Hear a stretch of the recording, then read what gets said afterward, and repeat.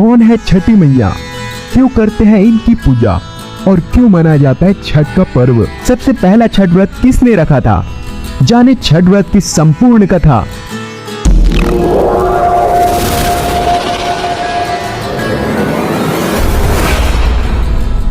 Video start करने से पहले मित्रों कमेंट में जय छठी मैया जरूर लिखें। जय माता रानी। मित्रों हमारे भारत देश में अनेक पर्व मनाए जाते हैं जो कि अलग अलग तरह से विशेष रूप में जाने जाते हैं। उन्हीं पर्वों में से एक है छठ का पर्व। छठ पर्व षष्ठी का अपभ्रंश है। कार्तिक मास की अमावस्या को दिवाली मनाने के 6 दिन के बाद कार्तिक शुक्ल को मनाए जाने के कारण इसे छठ कहा जाता है। यह 4 दिनों का त्योहार है और इसमें साफ सफाई का बहुत ही खास ध्यान रखा जाता है। इस त्योहार में गलती की कोई भी जगह नहीं होती। इस व्रत को करने के लिए नियम इतने कठिन होते हैं, इस वजह से इसे महापर्व या महाव्रत के नाम से भी संबोधित किया जाता है। कौन है छठी मैया। मान्यता है मित्रों कि छठ देवी सूर्य देव की बहन है। उन्हीं को प्रसन्न करने के लिए जीवन के महत्वपूर्ण अवयवों में सूर्य व जल की महत्ता को मानते हुए इन्हें साक्षी मानकर भगवान सूर्य की आराधना तथा उनका धन्यवाद करते हुए माँ गंगा यमुना या किसी भी पवित्र नदी या तालाब के किनारे यह पूजा की जाती है। षष्ठी माँ यानी छठ माता बच्चों की रक्षा करने वाली देवी है। इस व्रत को करने से संतान की लंबी आयु का वरदान मिलता है। मार्कंडेय पुराण में इस बात का उल्लेख मिलता है कि सृष्टि के अधिष्ठात्री प्रकृति देवी ने अपने आप को 6 भागों में विभाजित किया है। इनके छठे अंश को सर्वश्रेष्ठ मातृ देवी के रूप में जाना जाता है, जो ब्रह्मा जी की मानस पुत्री के रूप में जानी जाती है। वो बच्चों की रक्षा करने वाली देवी है। कार्तिक मास के शुक्ल पक्ष की षष्ठी को इन्हीं देवी की पूजा की जाती है।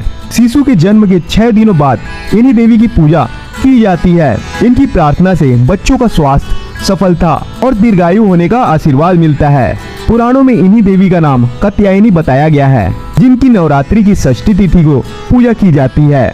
छठ व्रत कथा। कथा के अनुसार प्रियव्रत नाम के एक राजा थे। उनकी पत्नी का नाम मालिनी था।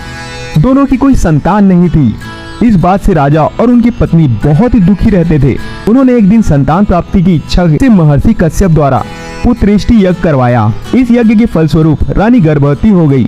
9 महीने बाद संतान सुख की प्राप्ति करने का समय आया तो रानी को मरा हुआ पुत्र प्राप्त हुआ।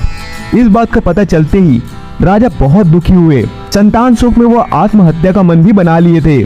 लेकिन जैसे ही राजा ने आत्महत्या करने की कोशिश की, उनके सामने एक सुंदर देवी प्रकट हुई।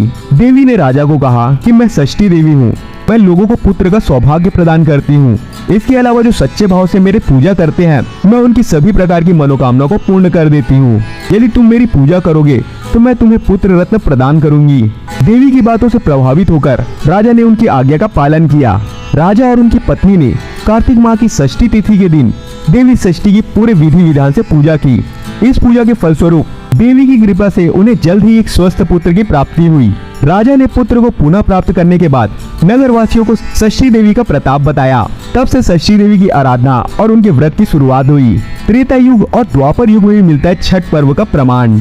रामायण की कहानी के अनुसार जब रावण का वध करके राम जी, देवी सीता और लक्ष्मण जी के साथ अयोध्या वापस लौटे तो माता सीता ने कार्तिक मास की शुक्ल पक्ष की षष्ठी को व्रत रखकर कुल की सुख शांति के लिए षष्ठी देवी और सूर्य देव की आराधना की थी। इसके अलावा द्वापर युग में द्रौपदी ने भी अपने पतियों की रक्षा और खोया हुआ राजपाट वापस पाने के लिए षष्ठी माता का व्रत रखा था। तो ये थे दोस्तों छठ पर्व से संबंधित महत्वपूर्ण जानकारियाँ।